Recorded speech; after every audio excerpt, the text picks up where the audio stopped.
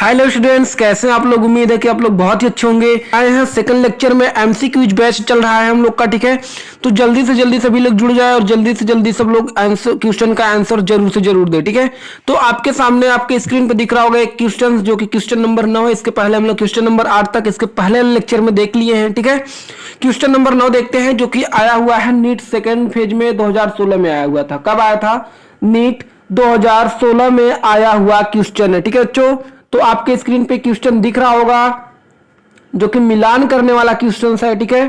Question में दिया क्या है, देखो। कॉलम फर्स्ट और कॉलम सेकंड के बीच मिलान कीजिए तथा नीचे दिए गए कूट का प्रयोग कर सही विकल्प को चुनिए। देखो बच्चों, इस प्रकार का क्वेश्चन जो है नीट हर बार देता है।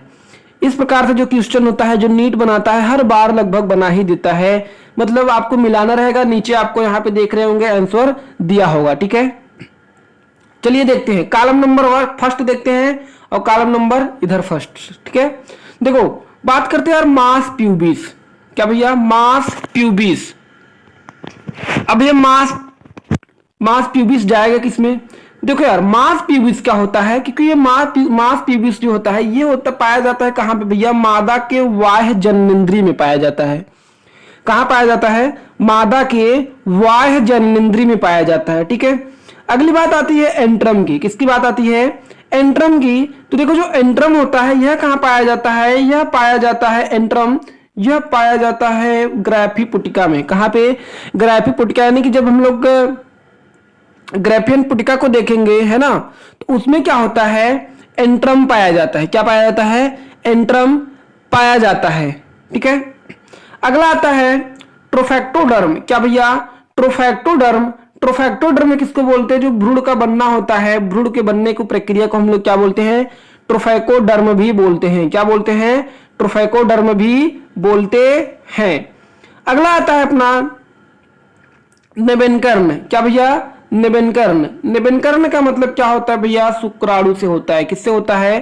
शुक्राणु से होता है। अब यहां पे ऑप्शन में मिला लेते हैं कि भैया पहला किस में गया है? तो भैया पहला गया है तीसरे में, पहला गया है तीसरे में। और दूसरा किस में गया है? तो दूसरा आया है चौथे में आया है। और तीसरा किस में आया है? तीसरा पहले में गया है। और डी वाला किस में गया है? तो दूसरे में गया है। तो ऑप्शन नंबर क्या हो जाएगा? डी वाला करेक्ट हो जाएगा। तो डी वाला क्या हो जाएगा? ऑप्शन करेक्ट हो जाएगा। तो बच्चों इस प्रकार से क्वेश्चंस आते हैं, ठीक है। चलिए हम लोग चलते हैं अगले क्वेश्चंस पे और देखने की कोशिश करते हैं। अगला क्वेश्चन आता है भैया, दिया है कि भैया कुछ हार्मोन्स जैसे HCG, HPL, एस्ट्रोजेन, प्रोजेस्टेरॉन कहाँ उत्पन्न होते हैं। ये वाला क्वेश्चन हम लोग अगले वीडियो में देखे थे, अगले लेक्चर में देखे थे। तो भैया देखो, हमने बताया था कि ये जो होता है अपरा, यानी कि प्लेसेंटा निर्माण करता है। कौन निर्माण करता है? प्लेसेंटा निर्माण करता है, ठीक है। यहां तक बात समझ में आ रहा है। तो HCG, HPL, एस्ट्रोजेन और प्रोजेस्टेरॉन जो हार्मोन्स होते हैं, उसको अपरा जो है रिलीज करती है, अपरा उत्पन्न करती है, ठीक है। तो चलते हैं अगले क्वेश्चन पे। इसका राइट आंसर क्या हो गया? अपरा, ऑप्शन नंबर डी। तो चलते हैं अगले क्वेश्चन पे। ये रहा अगला क्वेश्चन आपके स्क्रीन पे।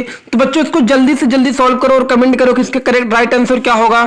तो चलिए सॉल्व करते हैं, ठीक है। चलो देखते हैं। मानव में निषेचन प्रक्रिया, क्या मानव में निषेचन प्रक्रिया मुख्यतः तभी संभव होगी जब, मुख्यतः तभी संभव होगी जब, बच्चों हमने एक बात बताया था, जब लेक्चर आप लोग देखेंगे, हमने बताया था कि भैया देखो जनन वहीं होता है, कहां पे? एम्पुला और इस्थमस के जो जंक्शंस होता है, वहीं पे जनन होता है, ठीक है। ये बात हमने आप लोग को बताया था। तो देखते हैं कि पहला ऑप्शन क्या है। पहला कह रहा है कि अंडाणु और शुक्राणु का स्थानांतरण ग्रीवा के एम्पुलरी स्थमी संगम पर एक ही समय पर होता है। क्या कह रहा है कि अंडाणु और शुक्राणुओं का स्थानांतरण ग्रीवा के एम्पुलरी, भैया ग्रीवा तो नीचे होता है ना, ग्रीवा तो नीचे होता है, वहां के एम्पुलरी भाग में तो नहीं होगा।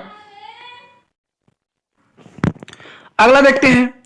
ग्रीवा के भीतर शुक्राणुओं का स्थानांतरण गर्भाशय में अंडाणु के निर्मुक्त होने के 48 घंटे के भीतर हो। तो भैया ये भी इनकरेक्ट हो जाएगा, ये भी गलत हो जाएगा, ठीक है। अगला देखते हैं option number C. Option number C कहता है कि भैया शुक्राणुओं का योनि के भीतर स्थानांतरण अंडाणु के फैलोपियन नलिका में छोड़े जाने के ठीक बाद हो। नहीं भैया, ये भी बात गलत हो रही है, ये भी बात गलत हो रही है, क्योंकि यहाँ पे क्वेश्चन क्या पूछा है, मानव में निषेचन प्रक्रिया मुख्यतः तभी संभव होगी जब क्या होगा भैया। ऑप्शन नंबर डी देखते हैं, अंडाणु और शुक्राणुओं का स्थानांतरण फैलोपियन नलिका के एम्पुलरी और इस्थमस संगम पर एक ही समय पर हो। ये बात सही है। हमने बताया था कि निषेचन कहाँ होता है, जब जो एग रहता है वह एम्पुला और इस्थमस के जंक्शन यानी कि जहां पे उसका जुड़ाव होता है वहां पे जुड़ते हैं, तभी निषेचन संभव हो पाएगा। इसका मतलब आपका डी वाला करेक्ट ऑप्शन है। डी वाला क्या है, राइट आंसर है। ठीक है, तो अब चलते हैं बच्चों अगले क्वेश्चन की तरफ। यहां पे देखो क्या दिया है, क्वेश्चन नंबर 13, असत्य कथन को चुनिए। क्या है, असत्य यानी कि इनकरेक्ट चुनना भी है। जहां पे असत्य आ जाए ना उसका गोला कर लो कि क्या बताना है, इनकरेक्ट बताना है। क्या बताना है, इनकरेक्ट बताना है। देखो पहला क्या दिया है कि भैया पुटकी अवस्था के दौरान LH और FS धीरे धीरे कम होते जाते हैं। ठीक है, दूसरा क्या पूछ रहा है, LH यानी कि लीडिंग कोशिका स्रावित एंड्रोजन का संतबन करता है। ठीक है, ये बात तो रॉन्ग है। FSH सर्टोली कोशिका को उत्तेजित करके शुक्राणु जनन में मददगार है क्या, नहीं भैया नहीं। ये सर्टोली कोशिका को क्यों उत्तेजित करेगा, सर्टोली कोशिका को उत्तेजित नहीं करता है। इसका निर्माण, इसका FSH का यूज एक फॉर्मेशंस में होता है, पुटिका यानी कि फॉलिकल्स को स्टिमुलेट करने के लिए होता है। ठीक है, अगला दिया है LH अंडाणु में अंडोत्सर्ग को संदमित करता है। नहीं भैया, अंडाणु को अंडोत्सर्ग में संदमित नहीं करता है, क्योंकि वह तो उत्तेजित करता है ना अंडाणु को, के लिए LH जो होता है उसको उत्तेजित करता है, संदमित नहीं करता है। ठीक है, तो ये भी क्या हो जाएगा, रॉन्ग हो जाएगी। देखो नीट फर्स्ट फेज में 2016 में आया हुआ क्वेश्चन था। ठीक है, अब देखो यानी कि इसका पहला क्या होगा, करेक्ट होगा, पहला करेक्ट होगा ए। देखो क्या दिया है, पुटकी अवस्था के दौरान LH और FS धीरे धीरे कम हो जाते हैं। पुटकी अवस्था कब होता है, फॉलिकुलर फेज कब होता है भैया, जब ल्यूटिनाइजिंग हार्मोन्स और फॉलिकल स्टिमुलेटिंग हार्मोन्स क्या होते हैं, धीरे धीरे कम हो जाते हैं, तो क्या होता है, पुटकी प्रावस्था आती है। तो इसका फर्स्ट ऑप्शन क्या हो जाएगा, करेक्ट हो जाएगा। क्या, फर्स्ट ऑप्शन करेक्ट हो जाएगा। ठीक है, अगले क्वेश्चन पे आते हैं बच्चों। देखो यहां पे क्वेश्चन दिया है, निम्नलिखित घटनाओं में से कौन सी घटना स्त्री में अंडोत्सर्ग से, किससे भैया, अंडोत्सर्ग से संबंधित नहीं है। भैया संबंधित नहीं है तो उसको गोला कर लेते हैं। ठीक है, समझते हैं। देखो पहला ऑप्शन दिया ग्रैफी पुटिका का पूर्ण विकास, ये तो भैया संबंधित है, फीमेल्स में पाए जाते हैं, है ना, सब लोग जानते हैं। द्वितीयक अंडक का निर्माण भैया ये भी होता है, द्वितीयक अंडक का निर्माण भी होता है ना। उसके बाद LH का भी क्या होता है, LH प्रवाह भी होता है, यानी कि ल्यूटिनाइजिंग हार्मोन्स भी रिलीज होते हैं, ये भी बात तो सही है। अगला आता है एस्ट्रेडियोल में कमी। भैया एस्ट्रेडियोल नाम सुने हो, नहीं भैया एस्ट्रेडियोल में कमी नहीं आती है। इसका मतलब इसका करेक्ट आंसर क्या होगा, क्योंकि हमको क्या बताना था, संबंधित नहीं है, तो एस्ट्रेडियोल में कमी, तो ऑप्शन नंबर डी करेक्ट हो जाएगा। ठीक है, अब हम लोग चलते हैं अगले क्वेश्चन पे। तो बच्चों आप लोग ये क्वेश्चन बहुत ही आसान है, तो सब लोग जल्दी से जल्दी इसका आंसर दीजिए। ठीक है, पहला दिया है, मानव मादाओं में अर्धसूत्री विभाजन सेकेंड किसके पूर्ण होने तक नहीं होता है। क्या पूछ रहा है कि मानव मादाओं में अर्धसूत्री विभाजन सेकेंड किसके पूर्ण होने तक नहीं होता है। तो भैया इसमें दिया है, पहला निषेचन, दूसरा का जन्म, तीसरा यौन आरंभ और गर्भाशय में आरोपण। तो इसका बच्चों करेक्ट ऑप्शन क्या हो जाएगा, निषेचन, क्योंकि मानव में, मादाओं में जो अर्धसूत्री विभाजन सेकंड होता है, कब होता है भैया, जब निषेचन होता है। क्या होता है, जब निषेचन होता है तभी क्या होता है, अर्धसूत्री विभाजन कंप्लीट हो जाता है। तो इसका करेक्ट ऑप्शन क्या हो जाएगा, ऑप्शन नंबर ए हो जाएगा। ठीक है, अब चलते हैं अगले क्वेश्चन पे। अब आते हैं बच्चों हम लोग अगले क्वेश्चन पे समझने की कोशिश करते हैं। देखो पहला क्वेश्चन दिया है, अपस्थानिक सगर्भताएं जानी जाती है। अपस्थानिक का मतलब क्या होता है, देखो बच्चों अपस्थानिक का मतलब क्या होता है, यदि गर्भाशय की जो अतिरिक्त भ्रूण का किसी अन्य स्थान पर आरोपण होना है, क्या कहलाता है, अपस्थानिक सगर्भताएं कहलाता है। हमने अपने लेक्चर में देखा इसको।